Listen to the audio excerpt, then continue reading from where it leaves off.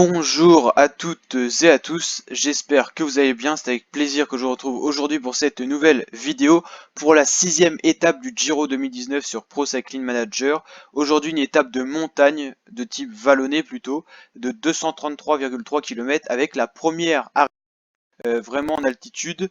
Il y aura quand même un petit replat, voire une petite descente à l'arrivée, mais aujourd'hui on aura la première explication entre les grands favoris de ce Giro, et c'est aujourd'hui qu'on peut perdre notre maillot rose de Primoz Roglic. Toutes les étapes sont disponibles, les précédentes étapes sur ma chaîne YouTube sous la playlist Giro 2019 sur Pro Cycling Manager. N'hésitez pas à aller les voir si vous n'avez pas pu voir les dernières vidéos, comme ça vous ne serez pas spoilé un petit peu de ce qui s'est passé.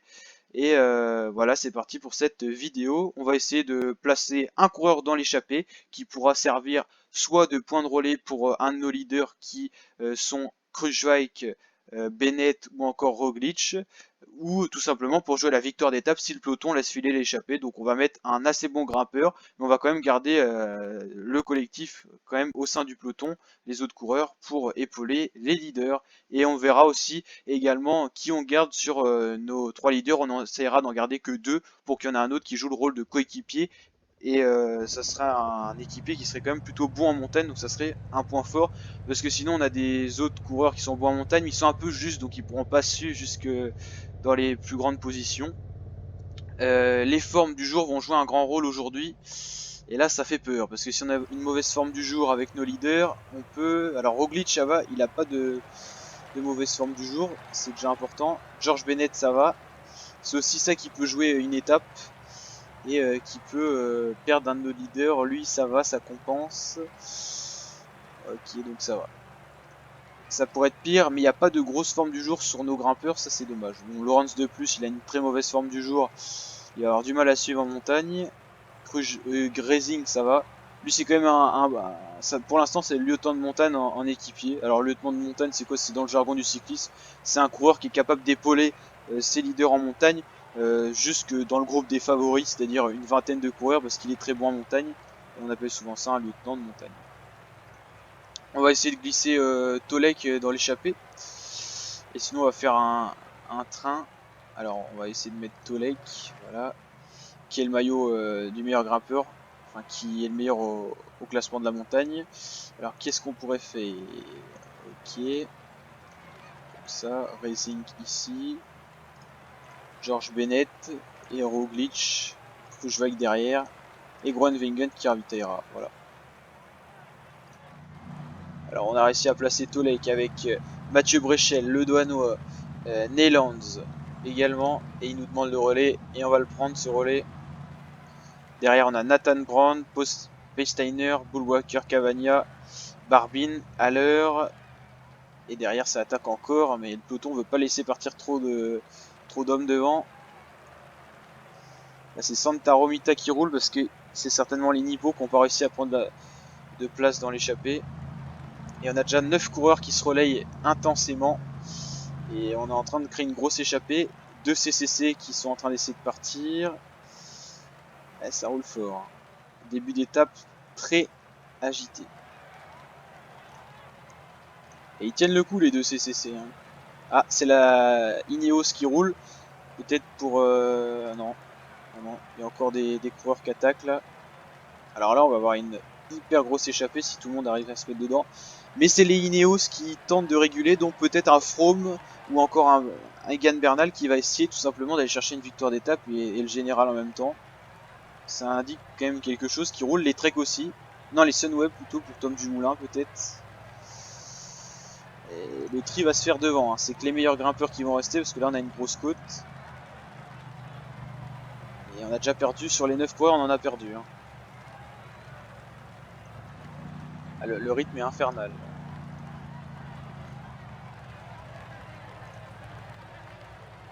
On a déjà un coureur de lâché à l'arrière. Certainement un non-grimpeur. Bagioli. Oh, il est pas si mauvais que ça. Il a peut-être une crevaison ou quelque chose. Mais peut-être une chute qu'on n'aurait pas vue. Groenewegen, il est en bave dans ce début d'étape. Ah, ça y est. Le peloton qui se relève. Et on va avoir peut-être voilà, 9 hommes en tête. Du coup, ça y est. Ils laissent partir cette échappée qui sera l'échappée du jour. Alors, le meilleur grimpeur de cette échappée, On va essayer de voir qui c'est. C'est notre coureur, Antoine Tolek. Derrière, on a qui? On a Masnada qui est quand même très bon grimpeur. Meilleur, c'est un grimpeur aussi. Je veux juste voir aussi qui a la meilleure pointe de vitesse. C'est Enrico Barbine pour l'instant. Il y a aussi Boom Walker. Voilà, c'est Enrico Barbine. Le mieux classé au général. On a le 49e, on a le 36e aussi, donc ça doit être également notre coureur qui est le mieux placé. Sinon c'est Bullmaker à 2 minutes. Il y a Nathan Brown, mais oui, c'est Antoine Tolek le mieux classé au général. Ça marche. À 2 minutes 05. Donc il sera très certainement virtuel leader à un bon moment dans l'étape, enfin pendant un bon moment, et puis normalement, je sais pas s'il échappait pour aller au bout, mais on sait jamais, ça peut être le bon coup à jouer. Bon bah on a déjà le maillot rose avec Roglic, mais si un coureur de cette échappée devait aller au bout, ou cette échappée devait aller au bout, il y aura forcément quelqu'un qui prendra ce maillot rose, et autant que ce soit un coureur de notre équipe. Parce qu'on va pas rouler derrière nous, derrière cette échappée pour limiter l'écart, pour garder le maillot rose avec Roglic. Il est trop tôt dans le Giro d'ailleurs pour posséder ce maillot. On pourra certainement pas le garder tout du long. Peut-être pour un coureur d'une échappée qui ira le chercher, ou peut-être un autre leader. Le but c'est de l'avoir à l'arrivée. Mais après, si on peut le porter tout le long du Giro, il n'y a pas de problème. Mais le problème, c'est que c'est une grosse responsabilité parce que c'est à notre équipe quasiment de rouler tout le temps. Et c'est vrai que les autres équipes vont nous laisser cette lourde responsabilité quand il y aura en montagne, dans la vraie montagne avec des gros cols, ils nous laisseront la responsabilité de rouler derrière les échappées. Si un coureur s'y met, un bon coureur, on sera embêté parce qu'il faudra rouler et donc se fatiguer. Et on peut se retrouver sans équipier avec notre leader à l'arrivée. Donc attention. Ça peut être ça le problème, hein, d'un maillot rose. Ou alors il va falloir trouver des alliés de circonstance dans les autres équipes. On aura le temps de voir ça tout au long du Giro. Où ça attaque devant, ça s'entend pas très bien apparemment. Il y a peut-être trop de monde aussi. On va ravitailler dans le peloton en entendant. 4 minutes 20. Il y a une petite avance quand même qui s'est créée, mais ça plafonne un petit peu. Là. 198 km de l'arrivée, c'est une étape très longue. Hein. On est parti, on avait 200 km à faire.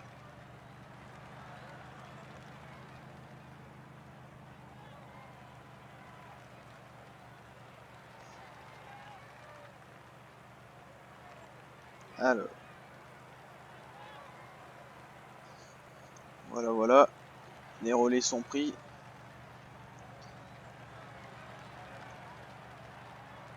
Alors, pour le classement, il prend un trop gros relais, du coup personne n'arrive à suivre. Pour le classement du grimpe, il y a le 4ème Boom Walker, et il n'y a plus notre ami la Gavazzi, ou je sais plus, qui était ancien porteur de ce maillot distinctif.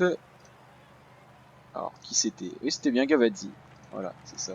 Parce qu'il est pas loin, il est à 3 points derrière. Earl n'est pas loin non plus.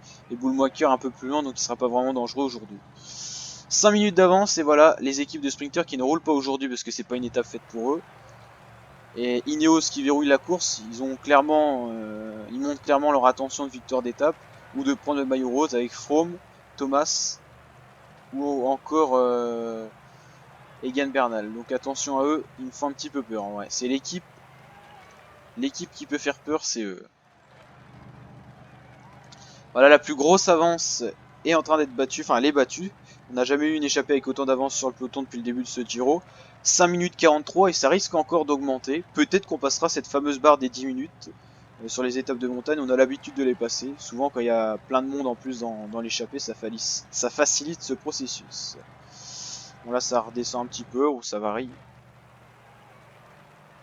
Voilà, Cavendish il roule pour les Dimension Data. Alors là on voit pas trop forcément pourquoi ils roulent parce que bon ils ont pas un gros leader hein, la Dimension Data. Je crois qu'ils ont Kreuziger et Kreuziger il est plus dans ses grandes années. Hein. Voilà, ils ont Kreuziger, 74 en montagne, il aura du moins là à suivre les leaders. Donc pourquoi ils roulent pour lui?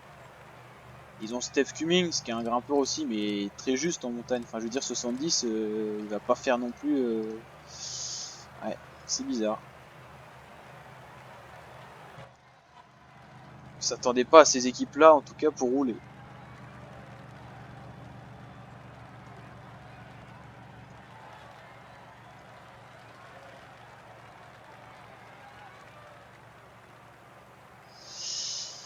Voilà on va voir la vue un petit peu hélicoptère. sur les échappées et sur le peloton. Donc il va y avoir quand même une étape assez longue, hein, parce que il n'y a pas non plus énormément de d'activités, enfin de comment dire, d'événements marquants. Enfin je veux dire, il n'y a pas de côtes tellement répertoriées. Il y a des côtes, mais elles sont pas répertoriées pour le classement des grimpeurs, donc il n'y a pas grand chose comme événements qui vont se dérouler jusqu'à à ce col, hein, à part le sprint intermédiaire. Sinon il y aura une belle ascension là, qui sera assez raide. Mais c'est pareil, elle est pas répertoriée, donc c'est vrai que c'est une étape où il n'y a pas beaucoup d'événements, quoi. Enfin, je veux dire, c'est vrai que des fois sur les étapes du Giro, on est habitué à avoir des côtes répertoriées, des sprints. Et puis là, c'est vrai que le choix du profil de l'étape est assez particulier. Juste une ascension vraiment répertoriée à l'arrivée pour une première explication entre favoris. C'est le profil de cette étape. Un Français dans l'échappée, Rémi Cavagna.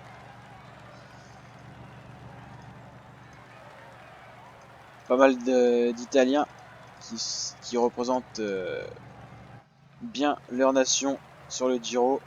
Roras qui roule pour la Movistar. On a un changement d'équipe qui mène le peloton, hein, sur une étape de montagne. C'est plus du tout les équipes de sprinters, mais les équipes de leaders. On va avoir le droit à du beau spectacle dans cette fin d'étape. Ça va être à peu près dans 165 km. On va aller voir les vues moto. Une échappée qui s'entend plutôt bien et collabore plutôt bien cette échappée. Ça c'est important. Mais toujours 5 minutes 30, ça va pas au-delà. Oui bah dis donc, la moto échappée, elle filme le public, elle ne filme pas les coureurs, c'est des petits bugs qui arrivent sur Pro Cycling. Ça c'est un petit peu dommage du coup.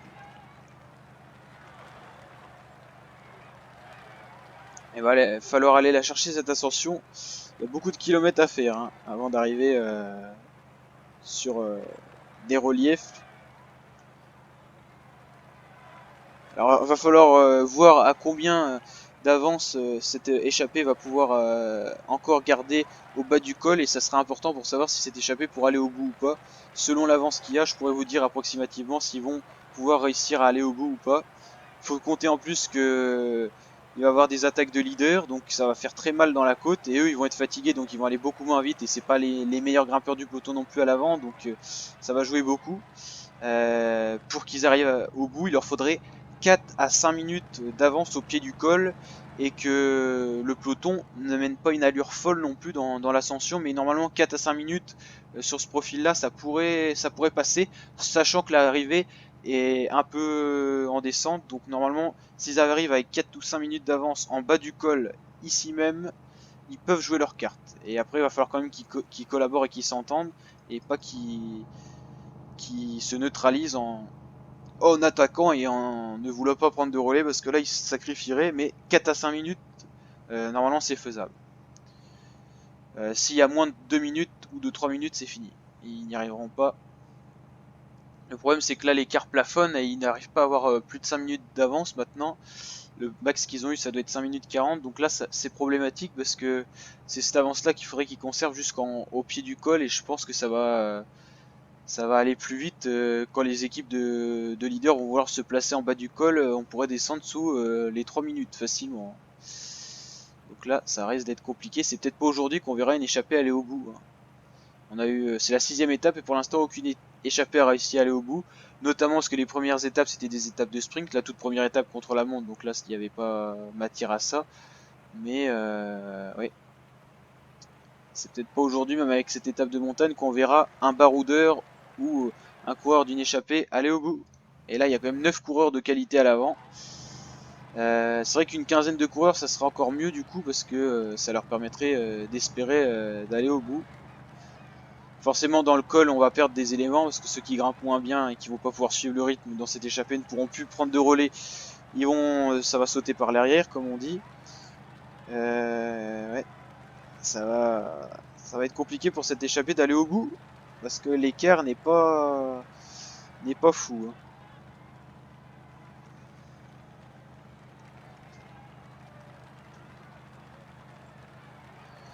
va voir ce que ça va donner. À 151 km de l'arrivée, on arrive bientôt au sprint intermédiaire qui sera un petit peu en ascension du coup, hein, ce sprint intermédiaire là.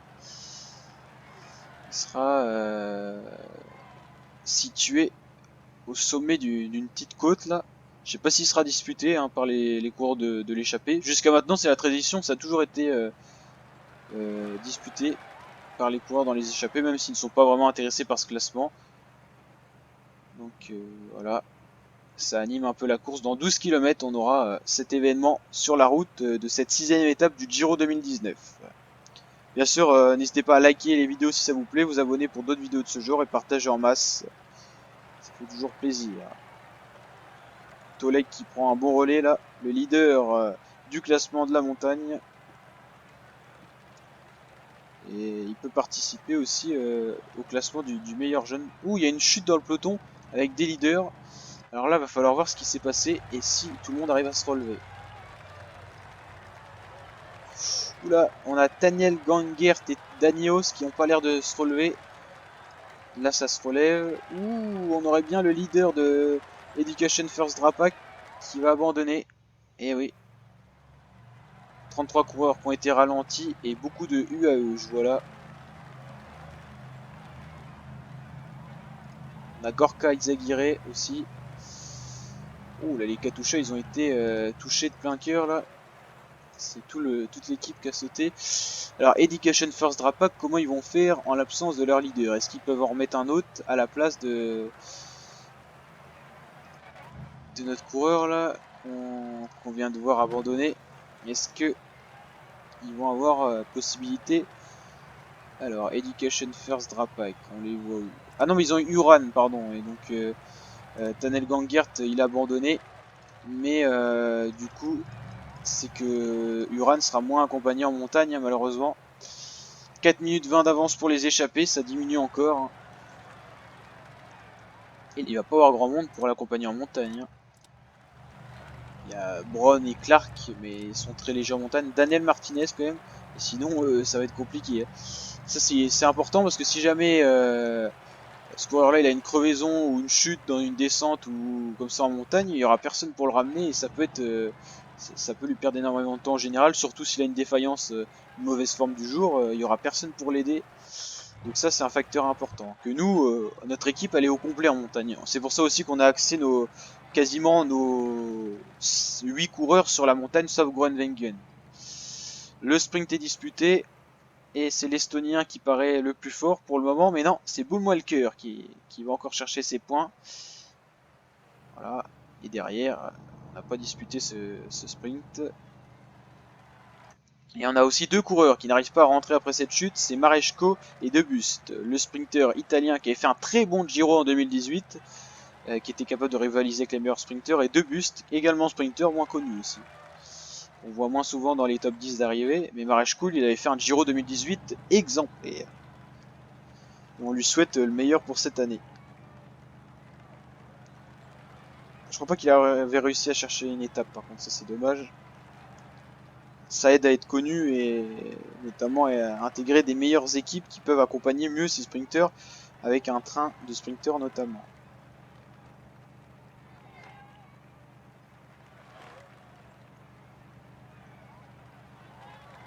Bon, on a bien réussi à placer un coureur dans l'échappée, c'est le point positif. On évite jusqu'à maintenant les chutes. À la 6ème étape, il y a eu beaucoup de chutes depuis le début du Giro. On a toujours évité les chutes, on n'a aucun de nos coureurs qui est tombé. Parce qu'on est bien placé à l'avant. Bon, c'est sûr qu'en montagne et tout ça, on aura forcément, malheureusement, un coureur qui va chuter. Ça peut être tout le train, parce que si jamais la chute se produit où est notre fil de coureur, ça peut faire mal. Hein. C'est aussi pour ça qu'en montagne, je fais deux trains normalement. Comme ça limite la casse, ça évite que tout le monde saute en même temps. Si jamais la chute arrive dans le début du peloton et que ça arrive en plus sur notre équipe, c'est toute l'équipe qui est soit, bah, ils sont pas forcément tous pris dans la chute, mais au moins ralenti. C'est pas bon. C'est-à-dire qu'on peut perdre du temps en général à cause de ça, donc faudra faire attention. Et l'importance dans les chutes, c'est aussi qu'on puisse être amené par des équipiers pour les leaders. C'est-à-dire que s'il n'y a plus personne dans le groupe des leaders, parce qu'il y aura forcément un moment de temps dans la montagne avec plusieurs cols successifs que les meilleurs grimpeurs qui resteront dans le peloton. Si un coureur est isolé et qui chute et qu'il a personne pour le ramener, là c'est la catastrophe au général. Il peut perdre plus de 10 minutes en une étape, hein. Surtout si la chute a endommagé ses capacités physiques. Puis un coureur à l'avant c'est toujours précieux, comme ça on peut s'en servir de relais lors d'une attaque d'un favori. Il peut retrouver un point d'appui à l'avant. C'est aussi pour ça que les grandes équipes de leaders mettent souvent un coureur à l'avant. Per Steiner, est-ce que c'est pour un Pozzo Vivo? Après, qu'est-ce qu'on a? Là, c'est peut-être pour Chavez. Mickelton Scott, ils ont pris... Ah non, non, ils ont pas du tout visé la montagne cette année. À part J. Egg. Non, ouais.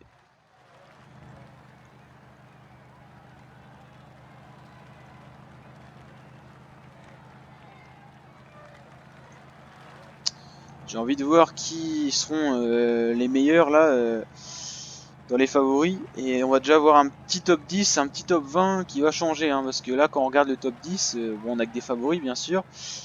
Mais on va avoir sûrement des rapprochés au général et puis des écarts qui vont se créer. Hein.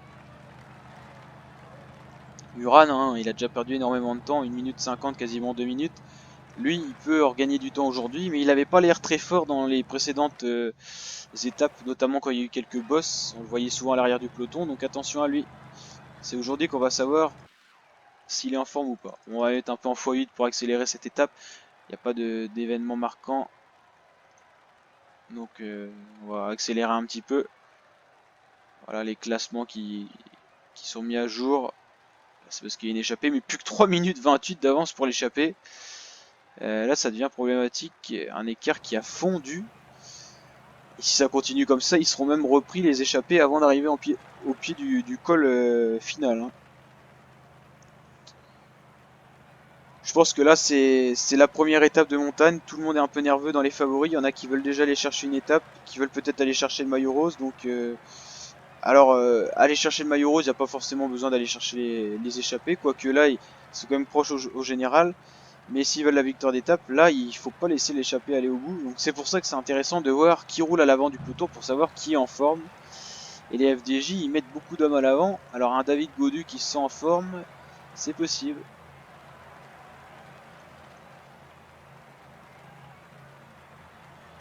2 minutes 50, ouais. Je pensais pas que ça diminuerait autant.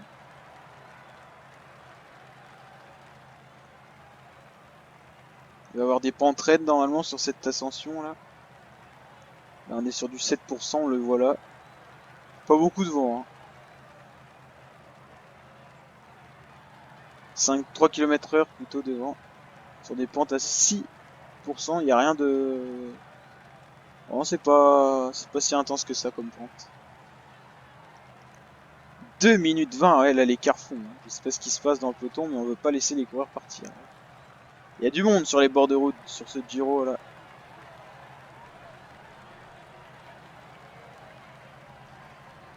Ah, là on arrive sur des pourcentages un peu plus élevés, 8%. On redescend sur du 7% là. Ah, il y a des coureurs qui sont lâchés dans le peloton sous l'impulsion des Ineos encore une fois, ancienne équipe Sky. Oula, on n'est pas au mieux nous du coup. On n'est pas très bien placé, j'avais pas vu ça. Important de regarder quand même. Ceux qui sont lâchés là, faut pas qu'ils perdent trop de temps parce qu'ils vont avoir du mal à rentrer dans les délais. Hein. On a l'équipe Guardiani complet là, c'est pas très bon ça. Là, il y a une mésentente dans l'échappée.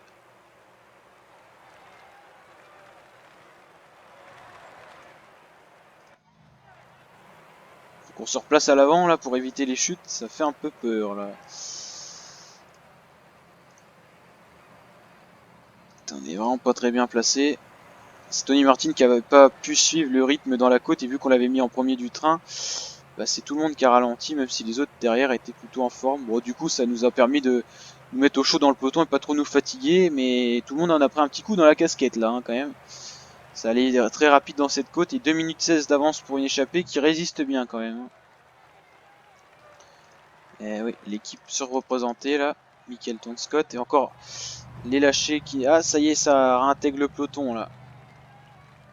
Des petits groupes qui rentrent. Il y avait quand même eu des dégâts, hein. Et il y en a encore, là. Ces 5 là, oh, là, ces 5 là, ils vont avoir du mal à rentrer, hein. 71 km à faire. J'espère pour eux qu'ils vont pas les faire derrière comme ça, parce que ça va être long, hein. On suivra l'évolution de tout ça. Une échappée qui va peut-être passer sous la barre des 2 minutes d'avance, sous les 70 km. C'est impressionnant comment l'écart fond. Là, c'est la ligne d'arrivée donc sur lesquelles arriveront les coureurs tout à l'heure. Donc là, on voit pas forcément qu'il y a une ascension avant, parce que, comme on l'expliquait tout à l'heure, oui, voilà, l'arrivée n'est pas en haut du col.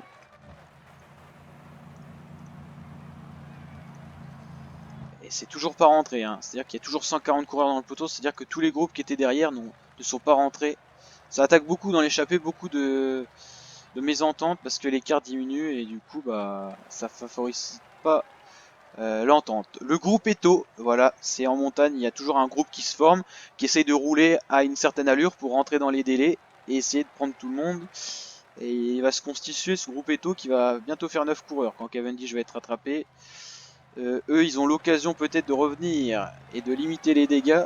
Parce que là, 54 km de l'arrivée, ça peut faire très très mal, hein, si on lâche maintenant. Ça sera aussi ça qui sera notre rôle à jouer avec Groenewegen, c'est de faire toujours rentrer dans les délais. À la FDJ, j'espère pour eux qu'ils vont aller chercher la victoire d'étape, parce que vu comment ils roulent, j'espère qu'ils vont pas fatiguer l'équipe pour rien. Et Nathan Brown qui fait un petit numéro, l'américain de Education First Drapac, qui est parti tout seul et qui résiste au retour des poursuivants. Mais bon, c'est un peu une attaque du désespoir quand on voit l'écart qui a fondu avec le peloton. 1 minute 49 qui reste d'avance, et en bas du col, je ne sais pas du tout combien il restera. Mais ah, c'est la Movistar maintenant. La Movistar. Ouais. Carapaz ou encore Landa qui vont pouvoir peut-être se montrer. Marc Soler aussi. Du beau monde quoi. Ouais, il va bientôt être repris Nathan Brown.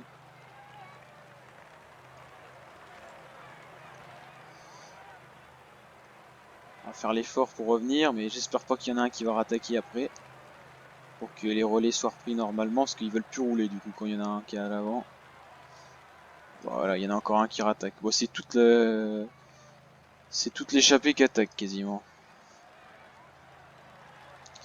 Ça c'est ridicule.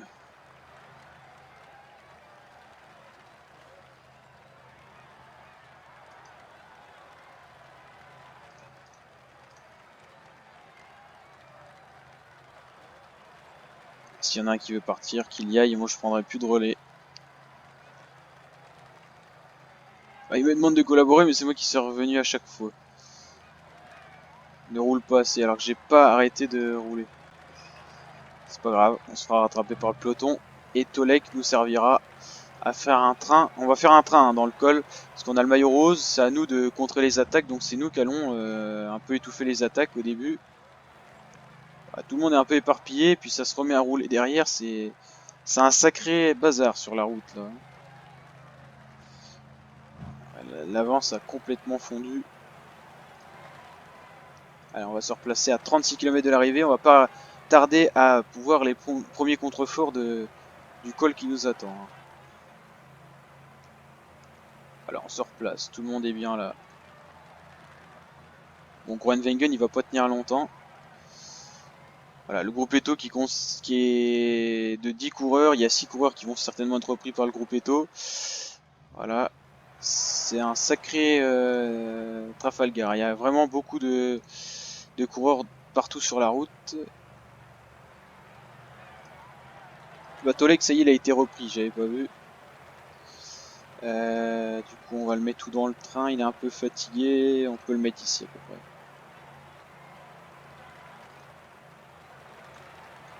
Bon, l'échappée, ils seront repris avant d'arriver dans le col, et puis on va rouler un petit peu maintenant pour nous mettre en place à l'avant du peloton et pas être pris dans les chutes, parce qu'il y a tellement de nervosité. Il faut qu'on soit placé à l'avant du peloton pour nos leaders quand ils vont arriver en bas du col. pour pas être lâché et pas être décroché dans les petits groupes qui vont lâcher. Vous allez voir que les leaders mal placés, ils vont perdre du temps en général, ou en tout cas perdre de l'énergie pour se replacer dans le peloton.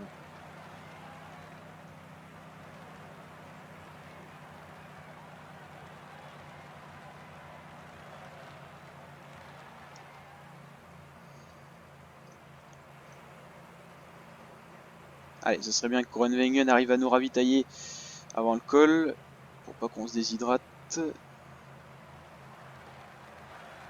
Et il y a encore des coureurs à l'avant, ça résiste une poignée de secondes, hein, 33 secondes. Là on essaye de replacer l'air. Ça doit vraiment pas vraiment être que l'air qu'on essaye de replacer. On voit pas le leader en tout cas.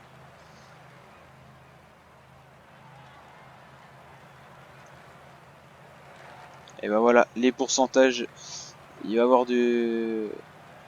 peu de tout là.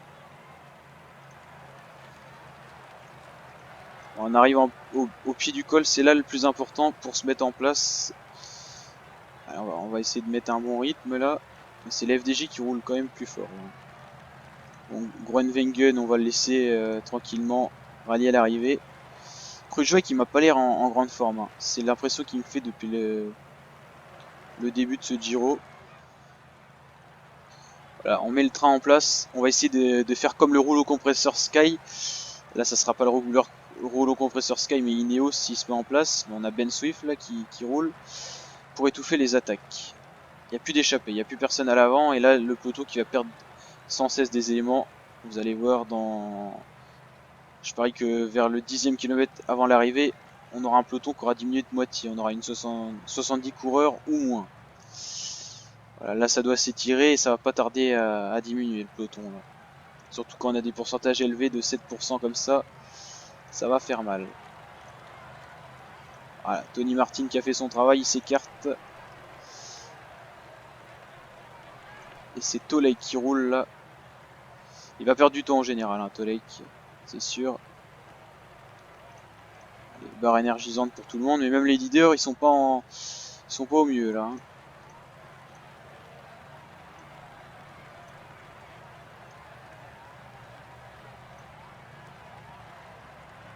Il faut se replacer là.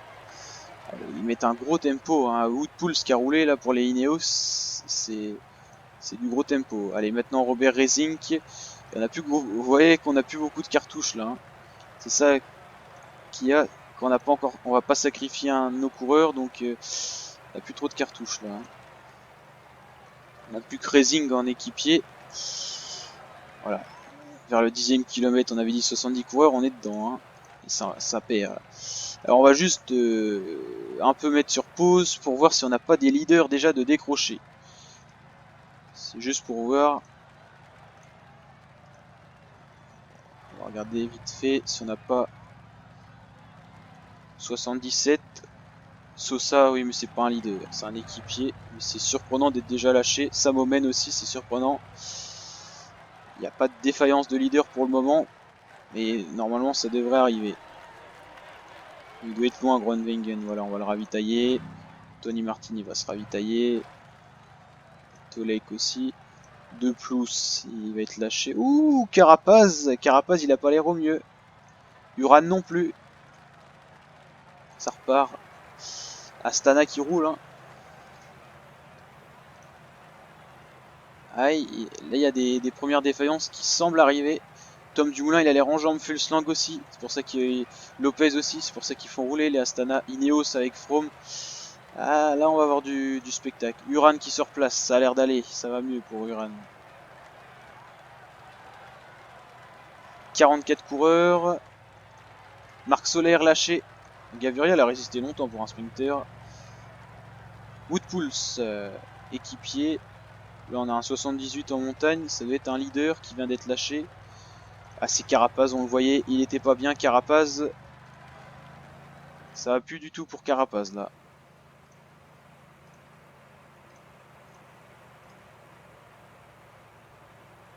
Et ça y est, on arrive en haut du col. Donc là on a fait le plus dur.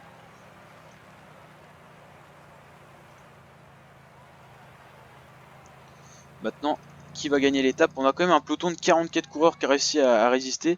C'est impressionnant, hein. Des coureurs qui sont très en forme sur ce Giro. Première défaillance, c'est Carapaz dans les leaders de ce Giro.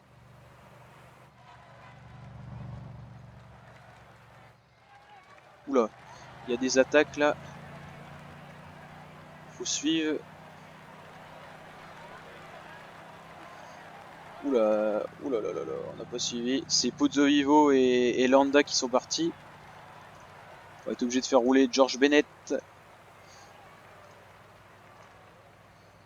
C'est pas bon ça. J'ai pas du tout suivi. Ah, et les Sky qui sont obligés de rouler aussi. Ils vont aller chercher le maillot rose, ces deux-là. Un des deux, ça sera sûrement Pozzovivo. Et la victoire d'étape en même temps.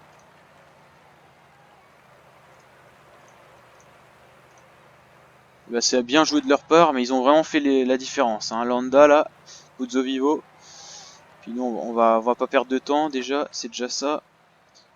Alors là, on va avoir peut-être des leaders, non? Martinez, oui. C'est pas vraiment un leader. Carapace, ça sera la défaillance du jour. La défaillance. Ouais. Marc Soler aussi. Hein. Les Movistar, ils ont la victoire avec Landa, mais ils ont perdu beaucoup de leurs leaders. Hein. Et bien, ils vont jouer une seule carte, Landa, du coup. Belle victoire de Landa et Pozzovivo qui deuxième, ils ont attaqué, ils ont bien fait. Galopin, troisième et premier français de cette étape. Ils vont aller chercher le maillot rose. Ouais, ça va être Landa ou Pozzovivo, je sais plus qui veut. Un des deux qui va aller chercher ce maillot. Et on va perdre ce maillot rose pour la première fois. On va aller voir les podiums du coup. Et ils ont attaqué, j'ai pas vu du coup. C'est dommage. Pozzovivo pour le maillot rose, Landa et puis Roglic qui se retrouve troisième. Voilà. On a un coureur dans le top 10. Bon, du coup, le top 10 n'a pas énormément varié. À part Pozzovivo, Landa qui monte. La montagne, c'est toujours Tolek. Meilleur sprinter, Gaviria. Meilleur jeune, Bernal. Meilleure équipe, Ineos. Eh oui, on n'a pas fait attention. Et du coup, Bennett 12e encore. Kruijswijk se rapproche 18e. Gezing toujours là 19e. Ça, c'est bien pour le classement par équipe. C'est toujours ça. Et voilà, nouveau maillot rose, Domenico Pozzovivo, l'italien, derrière Miguel Landa et troisième sur le podium pour l'instant Roglic. Et prochaine étape, encore une étape où on pourra peut-être voir un nouveau maillot rose et il y aura du spectacle. Ciao la team.